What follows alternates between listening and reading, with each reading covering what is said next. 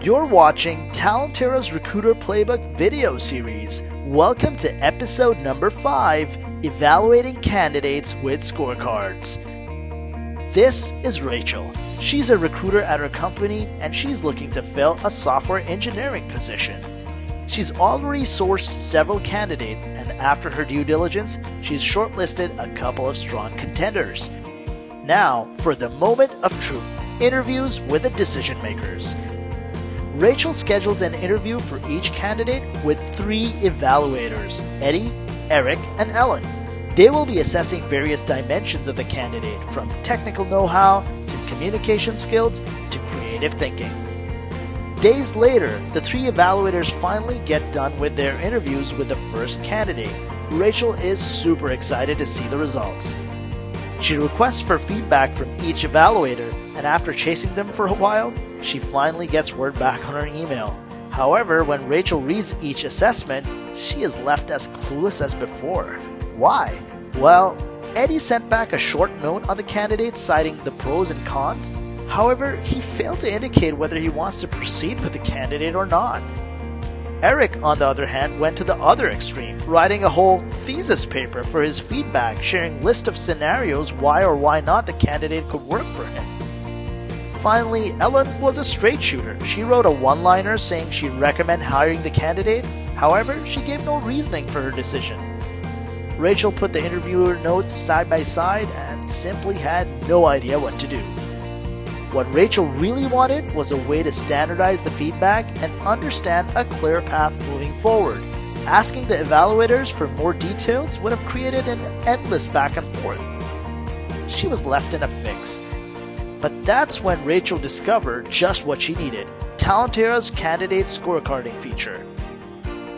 Rachel found out that candidate scorecards in Talentera allow recruiters to create a standard feedback form with 3 insightful sections.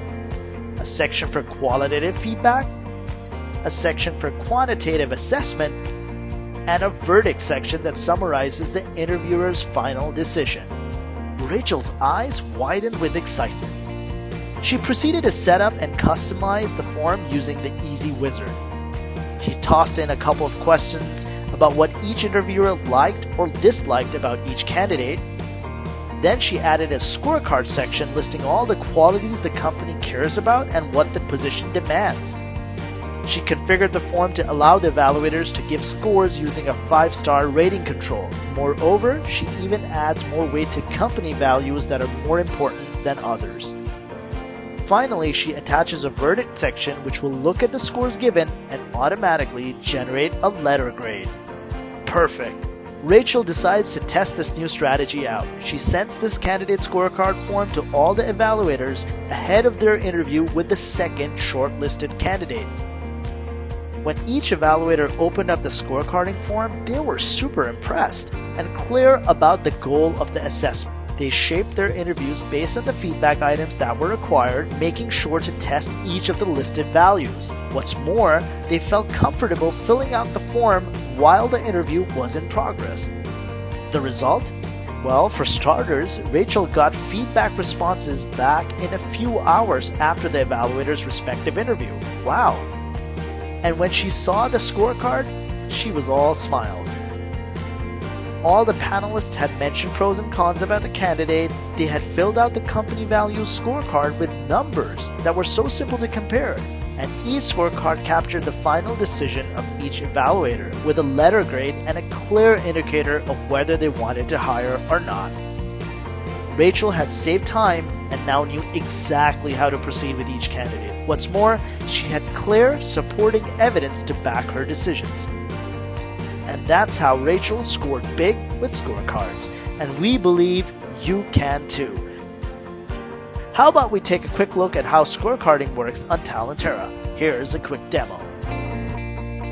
Let's see how you can create a candidate scorecard. Open the Templates menu on the left nav and click on Evaluation Forms. This will open up a list of all the forms you have on the system. Click on New Evaluation Form to get started. This takes you to the Scorecard Builder, where you'll create your form.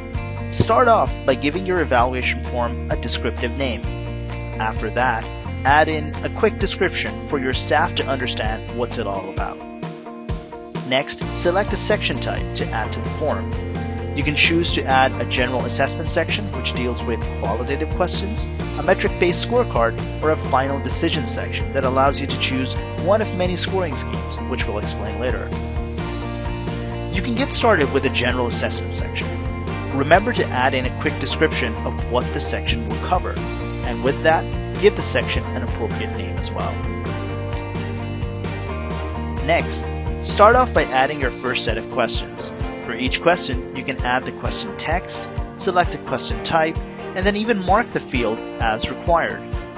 Click Save to add the question to the form, and simply repeat the process by clicking on Add Question and then filling out the fields again. Remember, you can choose from a variety of question types from drop-downs, weighting scores, multiple choices, star ratings, and much more. This gives you tons of flexibility to customize your form. Once you're done adding qualitative questions to your general assessment section, save the section.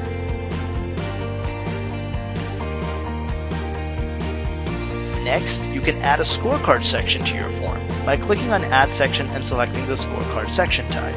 This part of the form will allow you to quantify candidate abilities based on criteria that matter to you. You can enable weightage if certain assessment aspects are more important than others. Give the section an appropriate name and a description. Now, you can start adding the candidate aspects you want your evaluators to measure. For each question, you can specify the question text, select an answer type like grading scores, star ratings, booleans, and custom scales. You can then specify a weightage to denote how important this particular element is in the final scoring. And you can mark this aspect as mandatory as well. Click Save to add the question to your scorecard.